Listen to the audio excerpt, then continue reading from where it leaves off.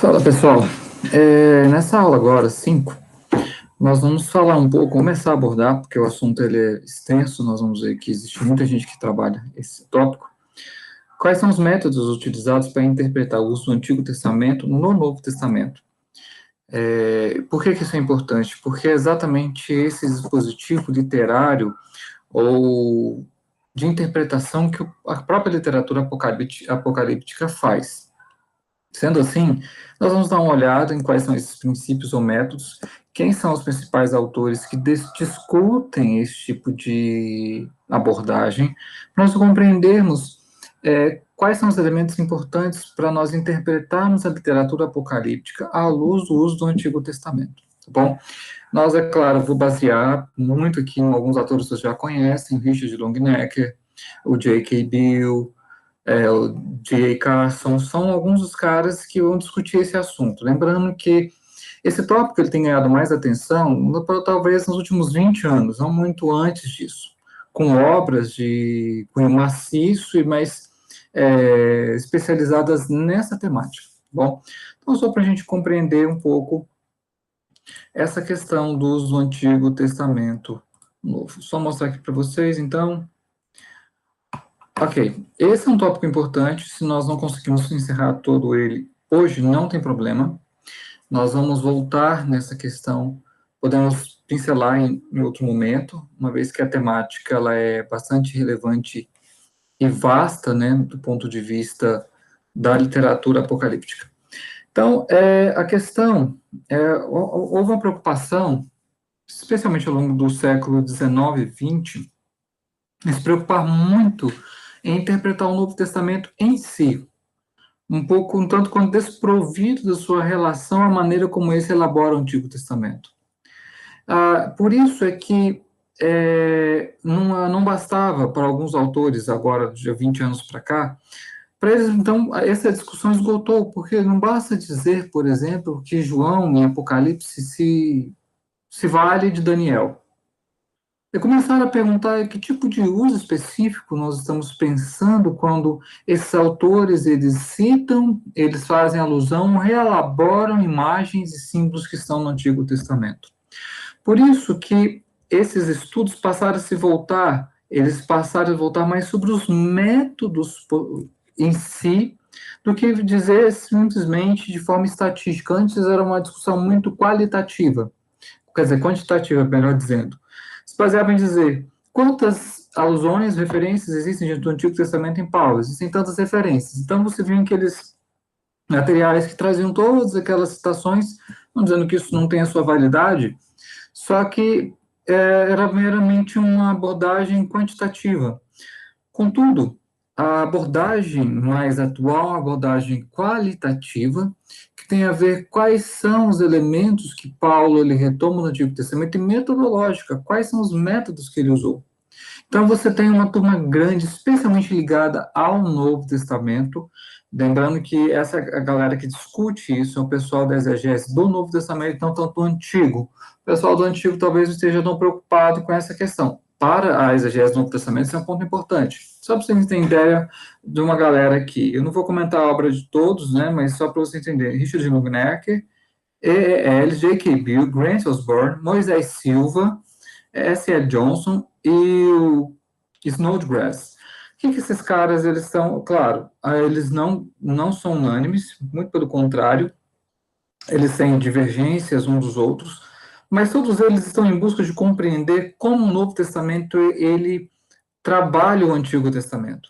Não apenas dizer quantas citações existem, mas apontar quais são os elementos que estão presentes no Novo Testamento e como eles estão presentes lá e como eles chegaram a essa compreensão para os autores do Novo Testamento. Vale dizer que essa galera aqui que eu acabei de citar o nome deles, eles não estão preocupados, eles não estão negando a questão da inspiração das Escrituras. Eles não estão abordando desse ponto de vista. O que eles estão querendo entender como os autores do Novo Testamento fizeram. Eles não estão questionando se foi Paulo quem fez. Ou se Paulo fez isso apenas por uma questão humana, por ter sido criado no judaísmo, fariseu de fariseus, passou pela escola de Gamaliel. Não, esse pessoal não está questionando essa questão, eles querem ter o como, a operacionalidade. Como é que Paulo, por exemplo, vai usar o livro dos Salmos em Romanos? Como é que Paulo, por exemplo, vai reelaborar, ressignificar, ou vai usar, isso está muito presente, especialmente na carta aos Filipenses, como é que Paulo, então, vai usar temáticas do Antigo Testamento naquela carta relativas ao progresso do Evangelho, ao dia do Senhor. Então, a preocupação deles é essa. Então, essas divisões que eram feitas, eles estavam percebendo que o estudo exegético do Novo Testamento vinculado ao uso do Antigo, ele tinha se esgotado nessas questões. Por isso, começou a ser adotado, em termos de artigos e livros, um outro viés, que trouxe, vamos dizer assim, novos ares, que trouxe uma luz um pouco diferente sobre a técnica literária, sobre a maneira como os autores do Novo Testamento estão baseando os seus escritos no Antigo Testamento. Há algumas limitações hermenêuticas, é claro, a gente não pode dizer que temos como definir e fechar questão em todos os textos, em todos os autores do Novo Testamento. Por quê? Nós, como intérpretes, somos falíveis, ou seja, nós teremos nossas limitações para compreender este texto, que foi escrito numa língua morta, que foi escrito em um outro contexto, totalmente diferente do nosso. Há uma distância temporal, ou seja, nós estamos muito distantes desse período de produção desses textos do Novo Testamento, então temos que reconhecer que podemos tentar compreender, mas exaurir esse contexto de produção não será possível. E a questão deles é tentar ver a interpretação não sob o viés mais cientificista ou rígido de uma percepção iluminista muito própria do método histórico crítico. Quem sabe vão lembrar das aulas de teologia contemporânea, o método histórico crítico, que é como se fosse um filho teológico do iluminismo e também do racionalismo. Eles tentavam, de alguma maneira, desconstruir ou, de alguma maneira, dissecar o texto em todas as suas partes e traçar a origem das fontes, da redação e todos esses elementos que eles tentam enxergar do texto. Ou seja, é uma tentativa de dissecar o texto através de uma metodologia basicamente racional, usando parâmetros modernos. Que essa interpretação a mais recente dos escritos do Novo Testamento vai tentar é usar as próprias categorias, os próprios elementos literários do contexto do primeiro século depois de Cristo para entender a forma como o Antigo Testamento aparece no Novo. E assim, todo texto, inspirado ou não, e como o texto do Novo Testamento não foge disso, é um texto que ele está emaranhado numa linguagem escrita para aquela época. Então, eles usavam elementos, símbolos, imagens, questões que eram próprias daquele período. Por isso, é difícil nós tentarmos simplesmente fazer como o método histórico crítico tinha a pretensão de alguma maneira, dissecar o texto bíblico. Porque ele está em outro período, foi escrito naquele momento, nós conseguimos compreendê-lo, mas existe um ponto em que a nossa hermenêutica, ela não consegue exaurir o texto bíblico. Ela não consegue dar resposta a todos ainda, para todas as questões ainda. Porque, assim, o conhecimento hermenêutico, esse labor interpretativo, ele, de alguma maneira, ele vai se acumulando. Sempre a revisão em termos, assim, de algumas percepções hermenêuticas. Nós estamos falando aqui dos pressupostos teológicos que nós adotamos para interpretar o texto bíblico. Alguns desses, eles são inegociáveis, eles são fixos mesmo, porque se nós fizermos uma flexibilização de algum desses marcos teóricos ou marcos teológicos a respeito da interpretação, nós comprometemos, inclusive, o próprio resultado. Um desses marcos mais clássicos, mais importantes para nós, de um ponto de vista do método histórico gramatical, é a questão da inspiração das escrituras. Por isso, eu sempre vou tentar trabalhar, claro, eu vou mencionar outros autores, mas a linha que eu mais sigo é de autores que compartilham, que comungam dessa percepção, que eu estou tentando entender como um autor inspirado operou para compreender o Antigo Testamento. Eu não estou questionando se foi ele ou não quem fez. Essa discussão pertence a outro âmbito, mas a minha questão é entender como ele fez isso. E é claro, aqui partimos do pressuposto inspirado por Deus. Só dando uma introdução para vocês entenderem como tem uma galera grande de várias linhas sobre esse assunto. Só para vocês entenderem um pouco aqui, deixa eu ver se esse material. Ok. Esse aqui eu usei muito o J.K. Bill, que é um dos caras que, para mim, melhor compreendem essa relação do Antigo no Novo Testamento ligado à literatura apocalíptica. Para ele vai bater muito nisso e vai demonstrar, interpretar a literatura apocalíptica significa, entre outras coisas, entender o uso do Antigo Testamento. Ou seja, não é só falar que João, por exemplo, em Apocalipse, ele está usando o Antigo Testamento, mas é que a compreensão do Apocalipse está ligada à compreensão do uso do Antigo Testamento. E ele, o comentário dele maciço, grande sobre Apocalipse, é um dos melhores comentários para mostrar isso em cada texto, como há diversidade e complexidade no uso do Antigo Testamento. Então, por isso é importante falar desses métodos do uso do Antigo Testamento no Novo Testamento e na literatura apocalíptica. Ou seja, para uma visão adequada. Além disso, o contexto do Antigo Testamento e Novo Testamento, eles estão entrelaçados, ou seja, preocupações e temáticas que estavam presentes na época dos profetas com relação à soberania de Deus, à fidelidade do povo santo, a vinda do Messias, a percepção de quem é esse Messias, qual a importância dessa figura para a fé desse povo, isso tudo está entrelaçado quando a gente entende o Antigo Testamento e também o uso dele no Novo. Por isso o J.K. Bill diz assim que a melhor forma de compreender, né, a maneira disso é ver como esse argumento se desenvolve ao longo do livro. Ou seja, existe um desenvolvimento lógico. Por que Daniel é o livro mais usado, ou que aparece com mais força na literatura apocalíptica?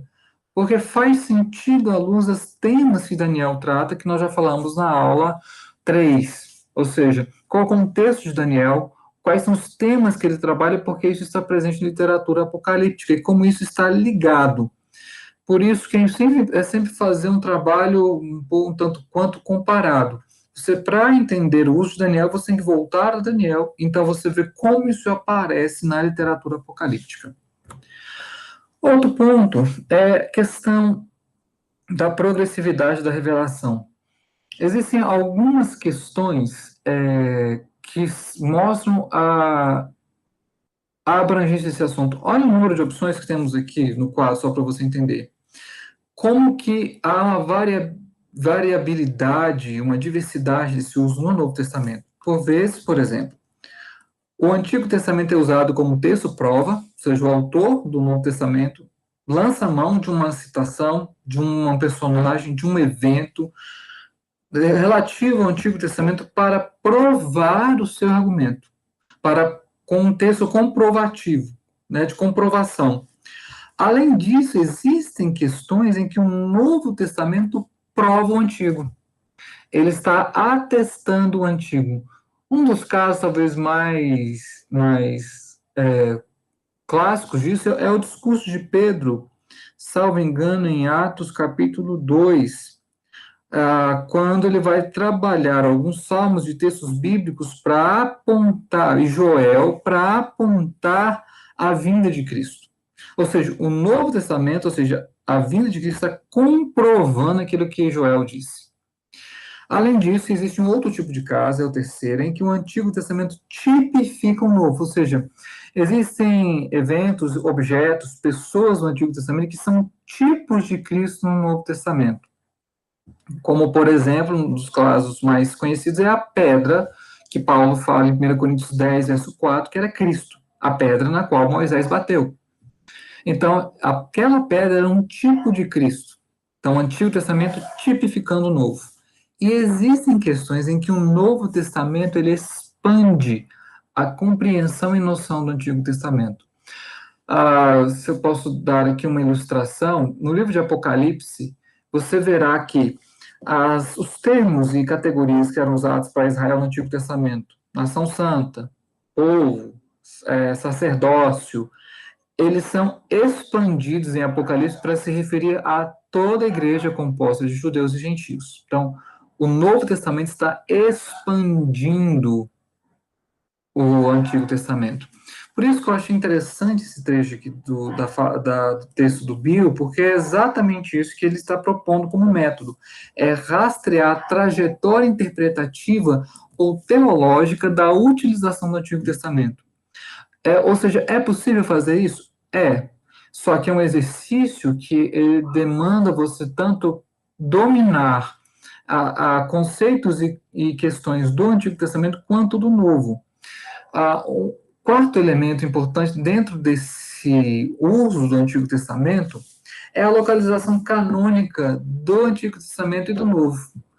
Primeira questão: qual a relação, por exemplo, desse escrito do Antigo Testamento com os posteriores anteriores? Por exemplo, como é que os profetas estão, de alguma maneira, retomando o livro dos Salmos? Alguns salmos. Porque é como se fosse uma corrente. Você tem o livro dos Salmos, ou você tem, por exemplo, o Pentateuco, melhor dizer, pelo Pentateuco. Como é que os profetas estão retomando o Pentateuco? Depois que eles retomam o Pentateuco, como é que eles elaboram o Pentateuco no seu próprio escrito? E como é que eles apontam isso para o Novo Testamento? Como é que o Novo Testamento trabalha tanto esse profeta, no caso aqui, literatura apocalíptica, quanto o Pentateuco? Então, como se fosse uma cadeia, uma rede, ou seja, você faz uma trajetória de como um escrito foi interpretando o outro, porque nós partimos do ponto de vista que a revelação é progressiva, ela vai se expandindo. Então, aqueles que são os posteriores, eles de alguma maneira estão referendando, eles estão se referindo ao anterior. Outra coisa, esse texto, ele é a interpretação de outro texto, ou ele é interpretado ou ambos? Por exemplo, o texto de Ezequiel, capítulo 18, ele é uma interpretação de Êxodo, capítulo 20. Você pega lá, a alma que morrer, essa pecar, essa morrerá, né? É a ideia de visitar a iniquidade dos pais nos filhos. Você vai ver que ele está retomando o texto de Êxodo 20, está retomando Deuteronômio. Então, ele é a interpretação de outro texto, e algumas vezes esse mesmo texto ele é interpretado. Talvez uma das questões mais fortes relativas à literatura apocalíptica é como o próprio livro de Apocalipse mostra Cristo como profeta, que ele está retomando aquilo que os próprios profetas diziam, de alguém que viria para falar em nome de Deus, uma mensagem, um enviado do Senhor, bem como está retomando Deuteronômio, quando Deus fala para Moisés que surgiria um profeta do meio do povo e esse teria que ser ouvido.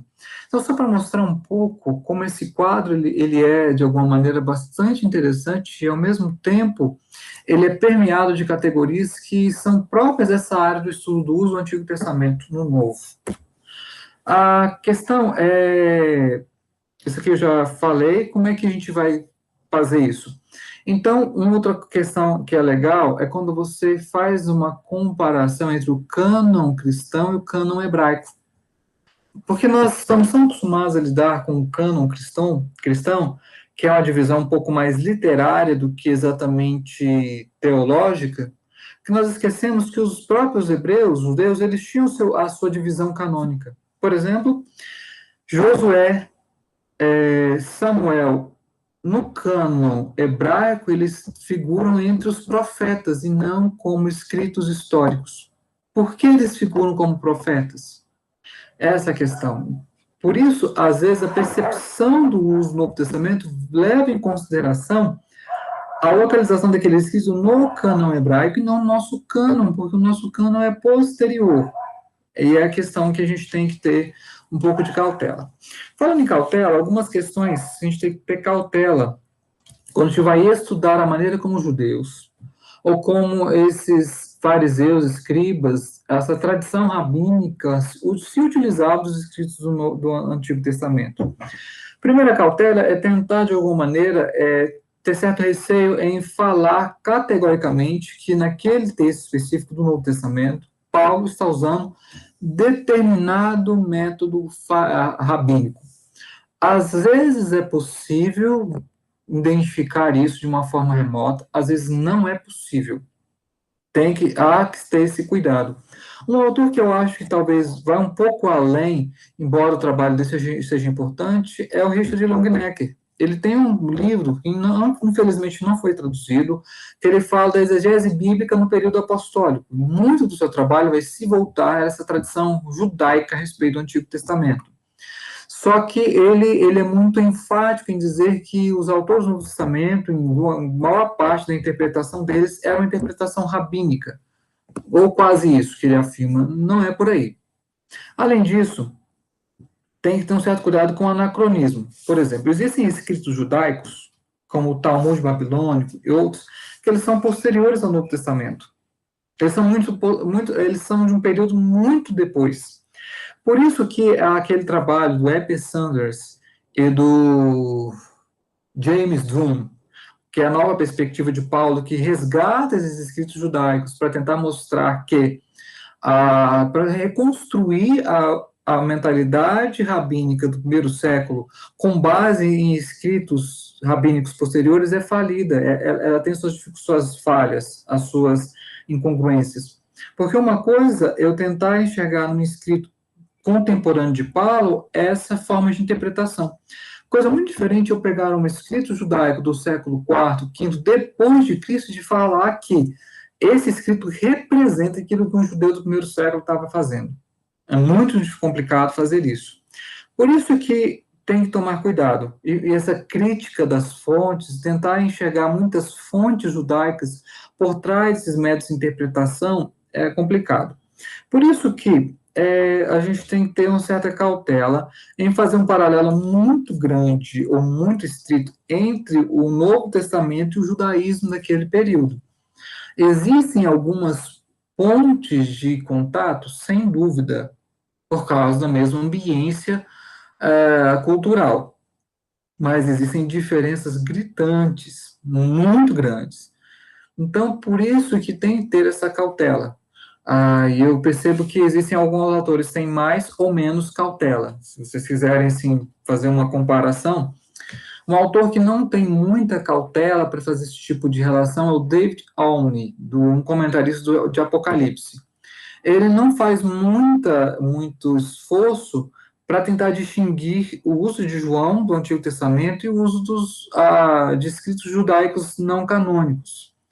Ele usa com muita frequência, só que às vezes essa relação é meio um tanto quanto forçada, porque nem sempre dá para provar que João está usando o mesmo método que os judeus usavam e usaram séculos depois de escritos de Apocalipse. Outro autor que vai falar muito dessa questão de como o Novo Testamento usou demais essas fontes judaicas é o próprio E.P. Sanders e o James Dunn. Esses caras da nova perspectiva de Paulo, para eles a grande bola, grande argumento deles é mostrar que tentar reconstruir o judaísmo do primeiro século, que eles querem dizer que o Novo Testamento ele também está nesse período, então ele está mais próximo do judaísmo que nós pensamos, como a religião da graça também, eles veem o judaísmo como uma religião da graça, e nós sabemos que não, mas a reconstrução deles é tentar fazer uma comparação também forçada com outros escritos judaicos muito posteriores. Então, é só para vocês entenderem um pouco desse debate. A gente já falou na aula anterior, aula 4, sobre essa literatura apocalíptica judaica. Já mencionamos esses caras, um deles também que vai usar muito esse argumento é o Bart Ehrman, e o outro é o João Dominique Crossan. A gente tem que ter uma certa cautela pelos pressupostos que eles compartilham, tá bom? Pessoal, eu estou aqui com essas questões das alusões do Antigo Testamento em Apocalipse, só que eu vou deixar isso para uma próxima aula, porque eu gostaria de dedicar mais tempo a essas formas de alusão e talvez trazendo até mesmo alguns exemplos. Hoje eu queria realmente só falar com vocês um pouco sobre esse debate a respeito do uso do Antigo Testamento no Novo, para serem introduzidos. Aí no próximo material, próximo momento, né, gravado, ou síncrono, vamos ver aí como fica para a semana que vem, eu vou abordar esse tipo de alusão. Como é que isso está presente no nosso livro apocalíptico por essência, que é o livro de Apocalipse, tá bom? Espero que vocês tenham aproveitado. É importante que vocês façam, junto com assistir essas aulas, lerem os textos que estão propostos na ementa. Não tem como simplesmente eu dar aula e explicar alguns conceitos, algumas discussões, se vocês não lerem os textos, porque essas discussões estão presentes lá. Se vocês lerem os textos junto com as aulas, aí sim dá uma compreensão bastante significativa sobre esse assunto, sobre essa disciplina. Quem gostar de entender mais a fundo, com mais, assim, com mais pausa esse assunto, leia toda a introdução do comentário de Apocalipse do J.K. Bill, que já dá uma excelente introdução sobre essa questão do uso do Antigo Testamento no Novo. Claro, voltado ao Apocalipse. Aquele também comentário, aquele livro maciço, comentário do uso do Antigo Testamento no Novo, também é uma boa obra, eu digo introdutória, apesar de ser um livro extenso, porque ali são vários comentaristas, são dezenas de autores, escrevendo cada um sobre um texto específico. Mas também não tem tudo, não tem todos os textos, né, ou toda a extensão que você gostaria de analisar. Então, algum comentário mais acertado, o outro nem tanto. De qualquer modo, nós já temos hoje em português materiais de boa qualidade sobre isso que valem a pena ser consultados, especialmente se você vai pregar, se você vai dar uma aula sobre um texto em que, com muita evidência, ele está fazendo uma alusão usando o Antigo Testamento. Dê uma olhada, pois isso vai enriquecer a sua compreensão desse texto. Galera, essa foi a nossa aula 5. Nos encontramos na aula 6, se tudo der certo, para discutir um pouco mais esse assunto de literatura, a teologia e a literatura apocalíptica. Grande abraço a todos.